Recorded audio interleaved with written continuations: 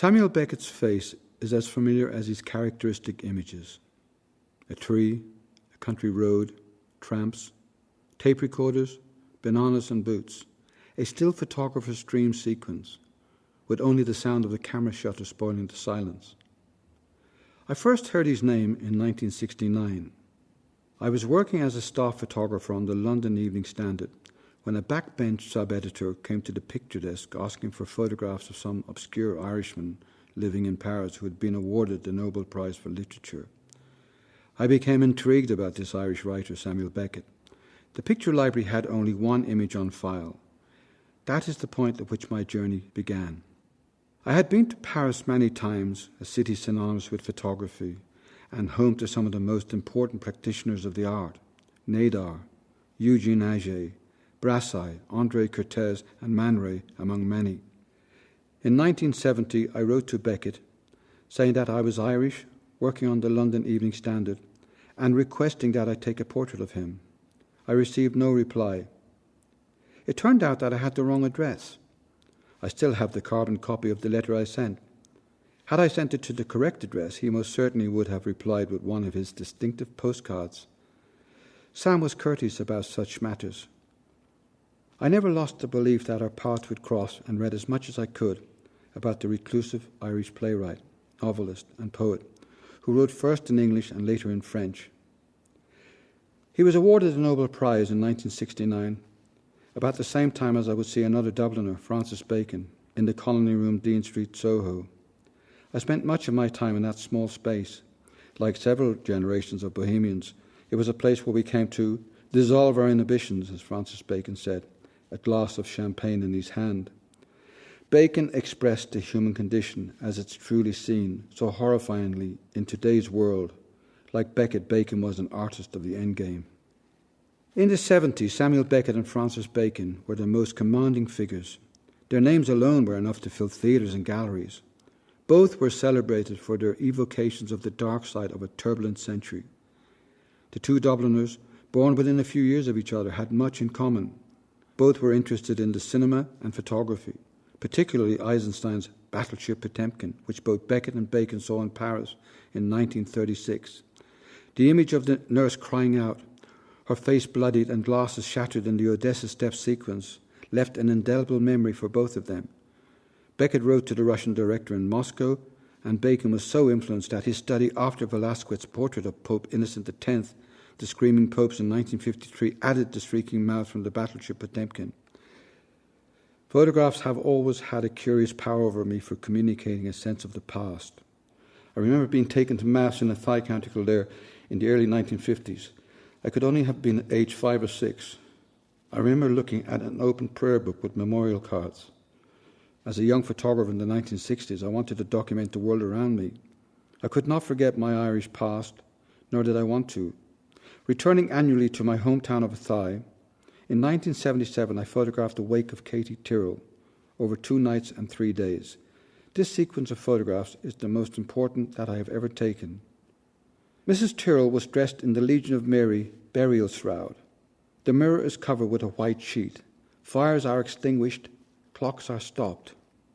The wake room is prepared for family and friends to pay their respects to the deceased.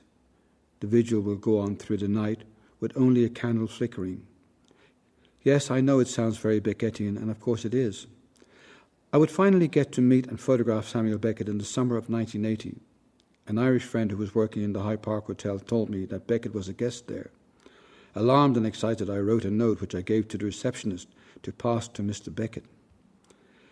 I said I was an Irish photographer and that I wanted to show him photographs of Athy County Kildare with a sequence on the wake of Katie Tyrrell. I also asked if I could take a portrait of him. The next morning I called the hotel and asked to be put through to Mr. Beckett.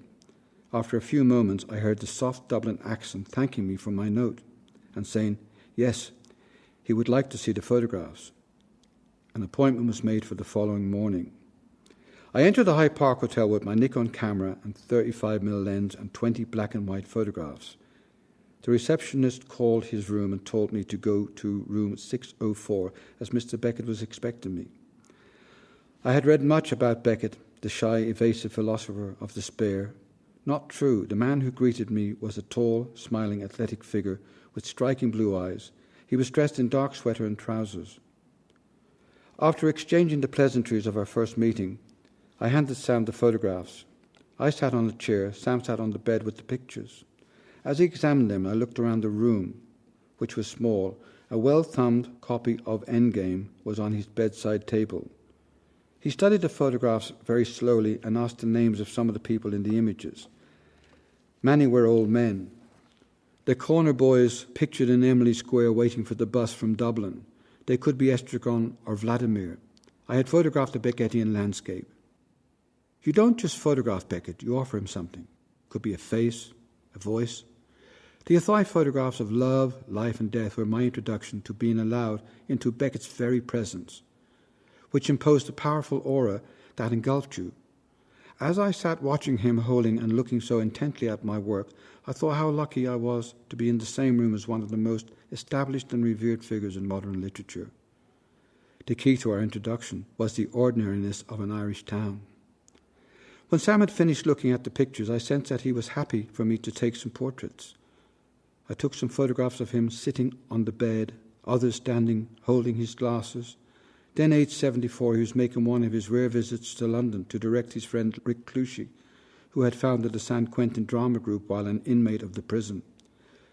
Cluchy performed several of Beckett's plays and toured Europe on his release. He met Beckett and their friendship blossomed. Sam was in London to assist Cluchy in rehearsals of Endgame at the Riverside Studios, Hammersmith. I lived quite close to the studios and asked Sam if I could photograph rehearsals. He agreed. I went to the Riverside in the afternoon. I was seated by the stage with my camera focused on Beckett, waiting for the exact moment when I could take a picture. The rehearsal studio was dimly lit and I had to use a slow shutter speed that made a noise when the camera was cocked. Beckett would stand by the stage, his eyes fixed on the actors mouthing their lines, giving his approval with a nod, occasionally waving his hands like a conductor. Every so often he would stop the rehearsal to talk to Reclusive in a voice that was inaudible to the rest of us. During a break in rehearsals, the actors would adjourn to the small theatre bar. Watching and photographing Samuel Beckett drinking a bottle of Guinness was as dramatic as anything I'd witnessed. As word spread that Beckett was in town, more people gathered in the coffee shop, many with first editions for the author to sign. It was the presence of Samuel Beckett making a trip from Paris to direct Endgame which drew much of the attention at the time. Among those in attendance was Alan Snyder, who directed the first American performance of Waiting for Godot. He asked Beckett who or what was meant by Godot. He received the answer, "If I knew that, I would have said so in the play." I was aware that the visual arts played a large part in Beckett's life and had a profound effect upon his writing. As a young man in Dublin and in Paris, he would visit galleries and take notes which offer insights into his own thought processes and into the works themselves. I had always been interested in the collaborations of photographers and writers since I saw the famous collection of Victorian photographs by Julie and Margaret Cameron taken in the 1860s. They had included such eminent contemporaries as Alfred Lord Tennyson, the poet laureate, Nadar's portrait of Victor Hugo on his deathbed in 1885, Giselle Freund's marvellous images of James Joyce in Paris in the 1930s. When we think about the author of Ulysses, it is those images we see. My photographs of Beckett were being published in books, newspapers, magazines. John Calder, Beckett's UK publisher, used them passport size on the back of his editions, making the images subliminally familiar to the reader. Beckett wrote to me in April 1985, saying he would be glad to see me in Paris. Well, that was an invitation. I had wanted to get a new portrait, preferably in his chosen city. I eventually travelled to Paris for a weekend in December 1985, checking into a hotel on the left bank. I went immediately to the Père Lachaise cemetery and photographed the monument to Oscar Wilde by Jacob Epstein. Rather like a schoolboy, I wanted to tell Sam what I had done. I returned to my hotel to leave my camera and went to meet him at Le Petit Café on Boulevard Saint-Jacques, just across from where he lived. The cafe was situated on the ground floor of a large hotel called the PLM. It had a sense of anonymity and was a favourite spot for Beckett to meet his friends. We took a table in a secluded part of the room and talked about photography. He mentioned Brassai and asked if I was familiar with his work. He told me that he had known Brassai as a sculptor when they were living close to each other. and had bought a piece of his work. Samuel Beckett would have liked the atmospheric photographs of tramps, brothels, and cafe society that were very much the trademarks of Brassai's work. It came as no surprise when I picked up a 1950s Penguin edition of Malone Dies to find a striking portrait of Beckett by Brassai on the inside cover. Over numerous cups of coffee, I spoke of the many events being organised to celebrate his 80th birthday and asked if I could take a current portrait. With no hesitation, he said I should return the following day at 3 o'clock, this time bringing the camera. I walked back to my hotel, preoccupied with the reality that I was finally going to photograph Beckett in Paris. The following day, all I could think about was getting to Le Petit Café early enough to choose a space by the window for the photograph, knowing he would have chosen a more secluded corner. Our appointment was for 3 o'clock. A stickler for promptness, I was there by 2 and found the perfect spot. He arrived on the stroke of 3, wearing a black duffel coat with a tartan lining. He was smiling as he saw that I had already found a table by the window, should the opportunity for a picture arise. I asked Sam had he ever been photographed with James Joyce. He could not remember such an occasion, but was familiar with the iconic photographs of Joyce by Giselle Freund, who had also photographed Beckett in Paris in 1964. He suggested I take a photograph inside the cafe. The daylight was nearly gone. I did not want to use flash photography, which would have drawn attention to us.